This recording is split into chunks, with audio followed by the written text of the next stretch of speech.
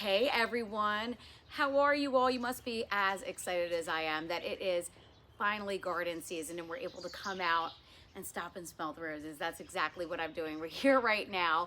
I took a minute to sit on the bench and I thought it would be a great opportunity to tell you guys about my favorite new annual. It's not every day you get to say that, right? I mean, annuals, you feel like you've tried them all, you've done them all. What could possibly be new? But this is new for me, and I think you're gonna love it too.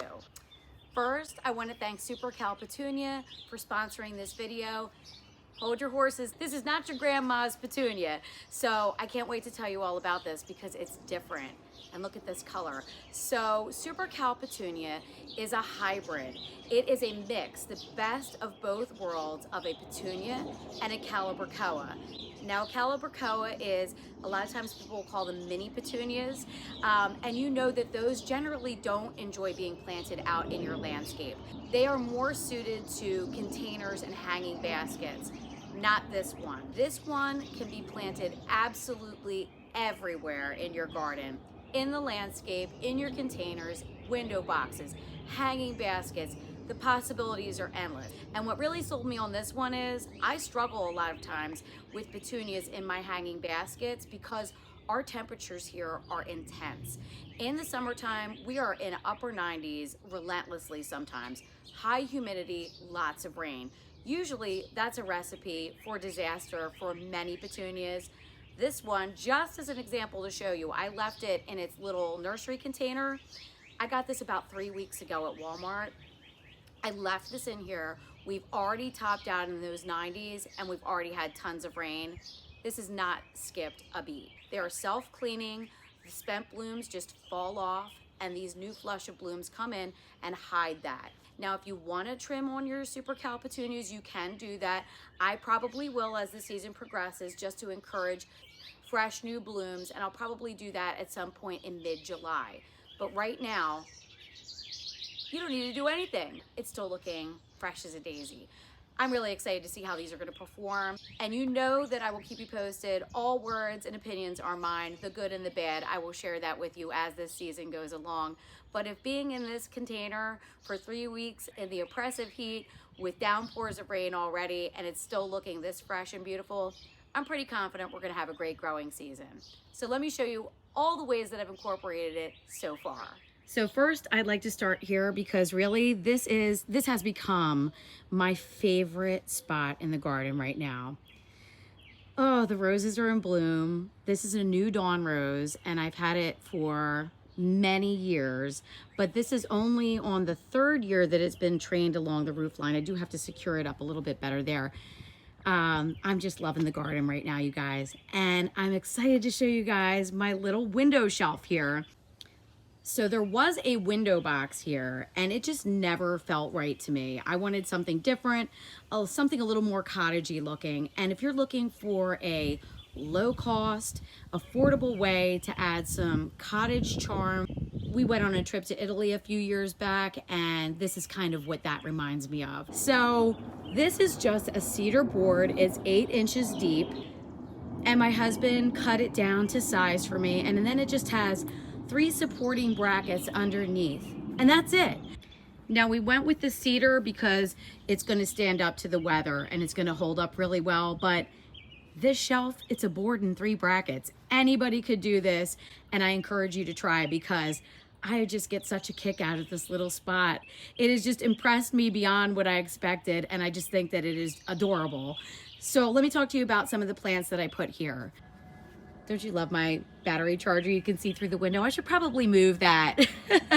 So I got these SuperCal petunias at Walmart, both colors. They both have pink on the label. It doesn't really have a more descriptive name or anything like that. So I can't really give you a specific name on a color. Just keep an eye out. This one is more of a trailer, I would say, even though I do have it in a flower pot here. You can see the growth is more mounded on this one. This one has that beautiful veining yellow inside there, a little pop of yellow. And then this one is that one I was just showing you in the nursery container, planted out. You can see the difference and how it has bushed out. That's just one plant. And these have been here about 2 weeks now. So this will become that. And look how full and beautiful. And this is that's an orchid blush sun patient. I've got a couple little myrtle topiaries here on the shelf. Just so cute. Just so cute. All right, let's move along and check out some other ways that I've planted these up. Just a quick little look around at what's happening right now. The roses, these are Zephrine Druin roses, and they are looking absolutely gorgeous right now. So I just had to show you those. Just a little mini tour here. And these are Canterbury bells. Can you believe those? I said the other day they look like in Willy Wonka when they broke it off and drank out of it like a little teacup. So I planted those from seed last year. They're biennial, so they're putting out their first blooms right now. I just had to show you because I think that they look so beautiful. Everything is just, oh, it looks so good right now. So here's some of those sun patients. Super simple window boxes, you guys, and I love it. It just feels calm to me. I've just got the orchid blush again. I love the repetition too. I've got a few things this year where I just kind of dotted them and potted them up all around, and I'm really loving that. It's like pulls everything together, and it's making me feel like all the areas are connected, even if they're separate, if that makes any sense. And I've just got some perennial vinca vine in there, and it's looking so good, so good. Those will bulk up and really fill in here on the patio. Oh my gosh, I'm loving it. And I also planted up this gorgeous hanging basket the other day.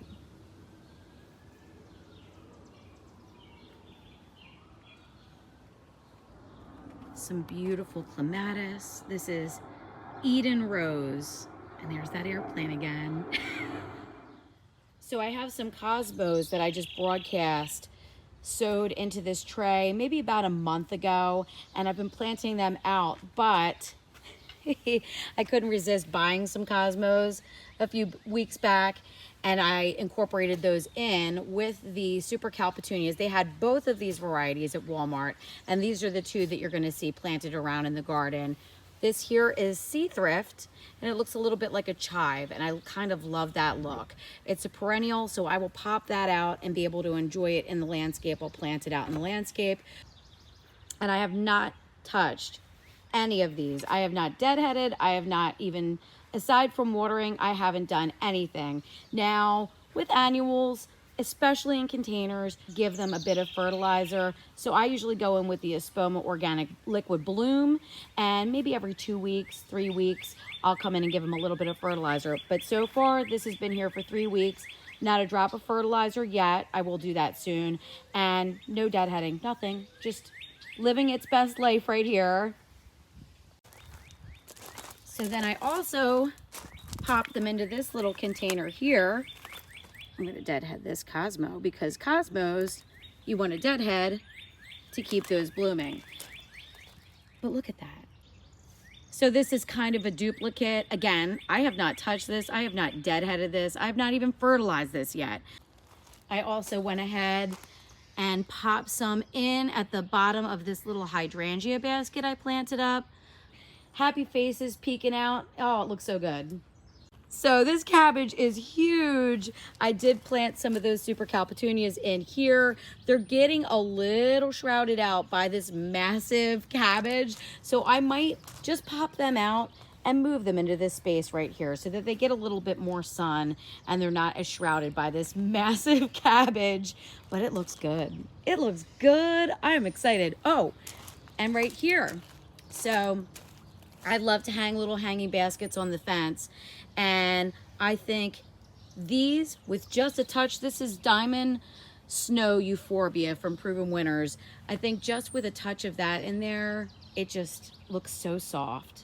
So soft and cottagey. I've just, all the cottage vibes, I'm loving it. And I did just plant up the window box. And again, you can see repetition. I have that beautiful SuperCal petunia in the front, and it's color blocked with the geraniums that are behind it. I feel like that color mimicked in those two plants just really looks beautiful. And I've also got some of the vinca vines in here. I have, this is Dusty Miller, I've got some white angelonia right there in the back. I have a purple lantana right there. I just could not be happier with this arrangement. I think this is one of the prettiest window boxes I've made here. I am just so happy with it. So happy with it. And again, on our gate, I have a little basket with that diamond snow euphorbia, and it just looks so good. My roses here are blooming. This is Claire Austin climbing rose, and she is just shining today, just shining and looking so beautiful. Check this out, you guys. I think I showed you, I put that fishing line here. Look how well it's doing. It's looking so good. And I've got a whole bunch of plants I'm gonna be putting up in the urn. I'll update you on that in another video, but look at this. There's a little mama robin. A little mama robin in there. She's looking at me. So that's why the urn isn't planted. I'm trying to give her a little bit of space and not get all up in her business while she's trying to take care of her little chickies there. But look how pretty everything is looking so far, you guys. Oh, the roses this year have been just amazing. Just amazing.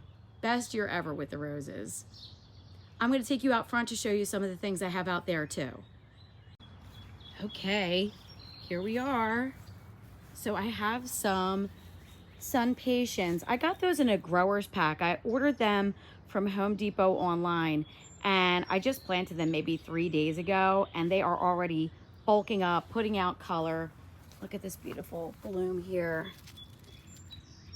And those will fill in and kind of hide the phlox. Once everything grows, and I'm gonna put a little bit of mulch out here too.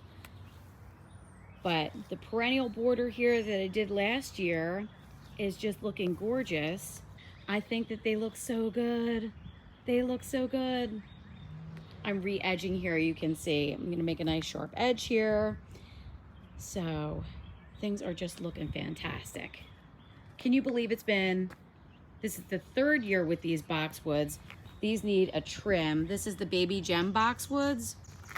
You can see I started to shape these, but they look very, very different than they did when I planted them.